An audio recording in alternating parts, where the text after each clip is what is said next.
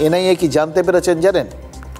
মুর্শিদাবাদে ইখতিয়ার নামের এক দুষ্কৃতীর সেফ হাউসে ছিল ওই লালকেল্লা বিস্ফোরণে যে বিস্ফোরকগুলো ব্যবহার করা হচ্ছে সেগুলো।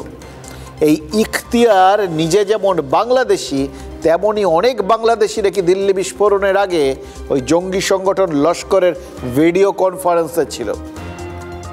ওই বাংলাদেশ থেকে নাকি এই বিস্ফোরকগুলো এসে মুর্শিদাবাদে মজুদ হয়েছিল, সেটা বাংলাদেশিরাই করেছিল।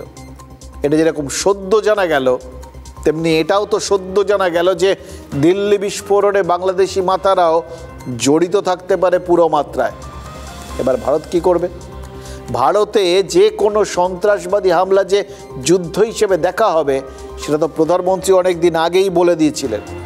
তাহলে ওপাশে বাংলাদেশে যখন একেবারে চরম পরিস্থিতি বলা চলে, চরম উত্তপ্ত পরিস্থিতি, তার মধ্যেও যখন ভারতের ক্ষতি সাধনের রাস্তা খুলছে, তাহলে ভারত কি করবে? এইটাই হচ্ছে সবথেকে বড় প্রশ্ন।